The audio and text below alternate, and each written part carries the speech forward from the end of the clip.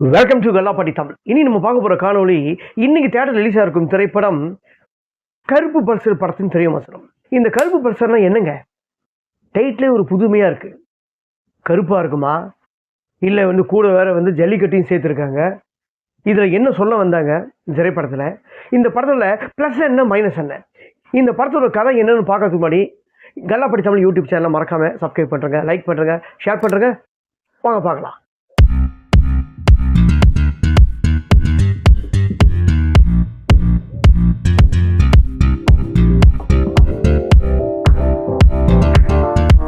இந்த படத்தில் தினேஷ், ரேஷ்மா, மன்சூர் அலிகான் மற்றும் பலர். இந்த படத்தோட பிஜிஎம், அதாவது இந்த படத்தோட இசை இன்பா.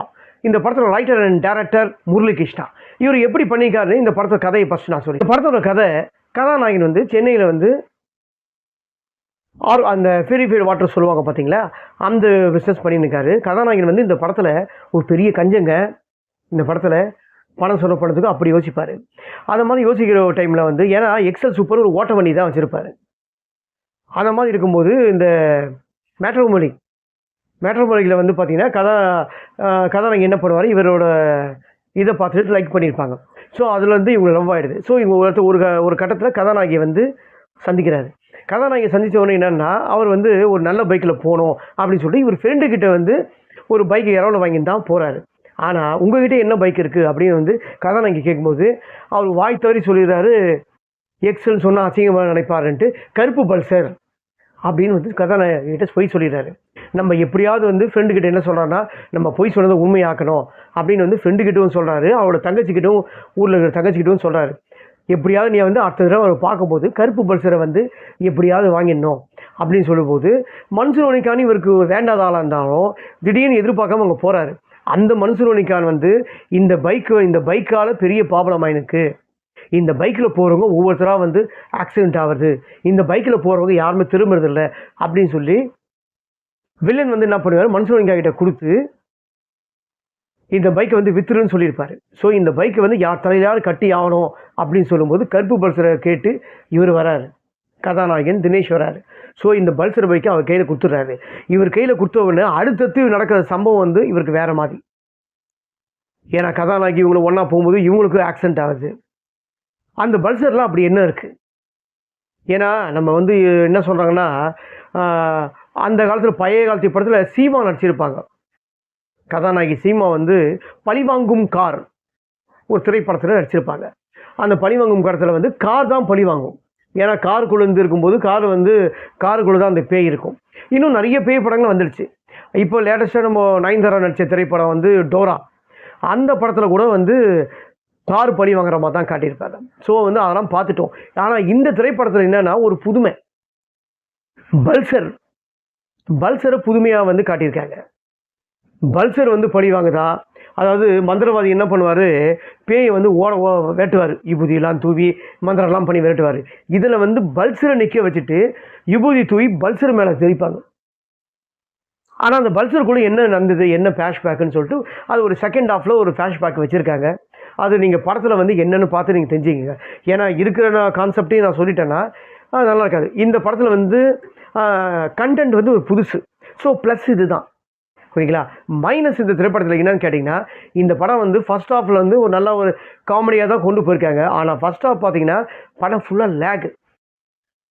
தலையை போட்டு அப்படியே பிச்சு போட்டு, அப்படியே முடி வேறு இல்லை, எல்லாம் பிச்சு போட்டு அந்த மாதிரி தலையை போட்டு பிச்சுக்கிற மாதிரி இந்த திரைப்படம் ஃபர்ஸ்ட் ஹாஃபோட அப்படி ஒரு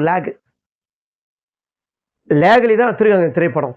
சரி, செகண்ட் ஹாஃப் இந்த படம் நல்லா இருக்கானா, செகண்ட் ஹாஃபாவது இந்த திரைப்படம் நம்ம நல்லா எடுக்கலாமே, நல்லா இருக்குமே, பயங்கரமாக அப்படின்னு காட்டினா ஜல்லிக்கட்டை மையமாக வச்சு தான் இந்த திரைப்படத்தை மெயினாக எடுத்திருக்காங்க, ஃபுல் ஸ்கோப் கொடுத்துருக்காங்க. ஆனால் மதுரையில் ஜல்லிக்கட்டை பிரம்மாண்டமாக நடந்ததை காட்டினாங்களா இல்லையான்னு கேட்டால் காட்ட தவறிட்டாங்க. அதாவது ரப்பர் பந்து மாதிரி ஒரு நல்ல ஒரு வெற்றி திரைப்படத்தை தினேஷ் அவரில் கொடுத்துட்டு அடுத்து நம்ம அந்த படத்தை வெற்றியை தக்க வைக்கிறதுக்கு என்ன படம் நம்ம வெற்றி படமும் கொடுக்கணுமோ அதுக்கேற்ற மாதிரி தான் கொடுக்கணும். ஆனால் இவர் என்ன பண்ணிக்காருன்னா, இப்படி ஒரு மோசமான திரைப்படத்தை செலக்ஷன் பண்ணிக்காரு. அதாவது தினேஷ் மேலே குறை இல்லை, எந்த ஒரு திரைப்படமே படைப்பாளி தான் மெயின், இதை படைக்கிறவன் தான். டைரக்டர் சரியில்லை, ரைட்டர் அண்ட் டைரக்டர் முரளிகிருஷ்ணா அவர்கள் வந்து சரியாக வந்து பண்ணலை. இப்படி ஒரு மோசமான திரைப்படத்தை எடுத்திருக்காரு டைரக்டர் முரளிகிருஷ்ணா. ஓகேங்களா?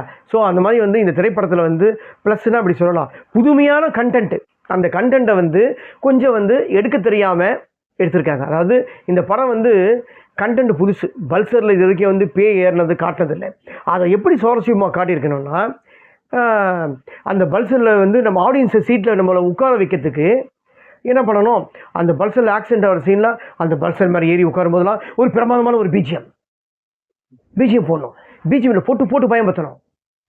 பிஜிஎம்மில் அந்த மாதிரி பிஜிஎம்மில் போட்டு பயன்படுத்தினாங்கன்னா அந்த பல்சர் மேலே ஒவ்வொருத்தரும் உட்காரும் போதெல்லாம் அது ஒரு பேக்வர்டு மியூசிக் ஃபவராக இருக்கணும், ஆடியன்ஸை வந்து பயன்படுத்துகிற மாதிரி இருக்கணும். ஸோ அந்த மாதிரி ஒரு பிஜிஎம்லாம் இந்த திரைப்படத்தில் போட்டிருந்தாங்கன்னா இந்த படத்தோட லெவல் வந்து வேறு level.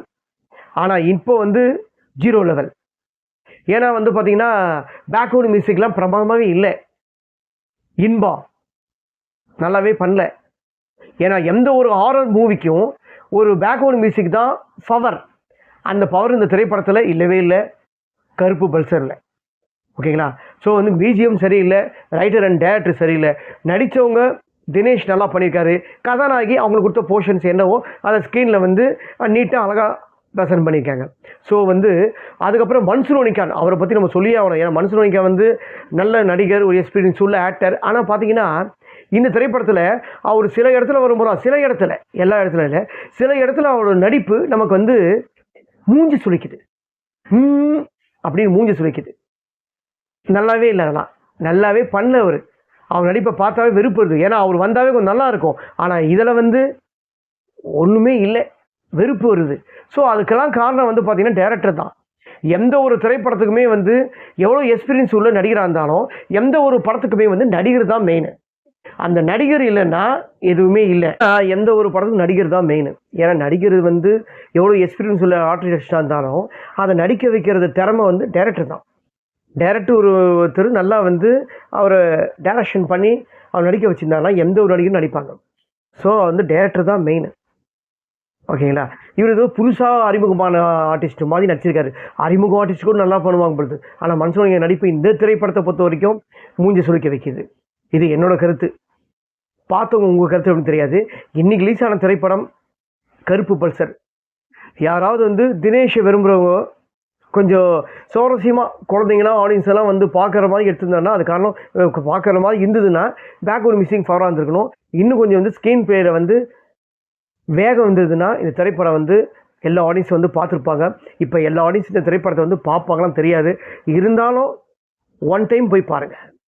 Please subscribe our new channel GALLAPETTI Tamil.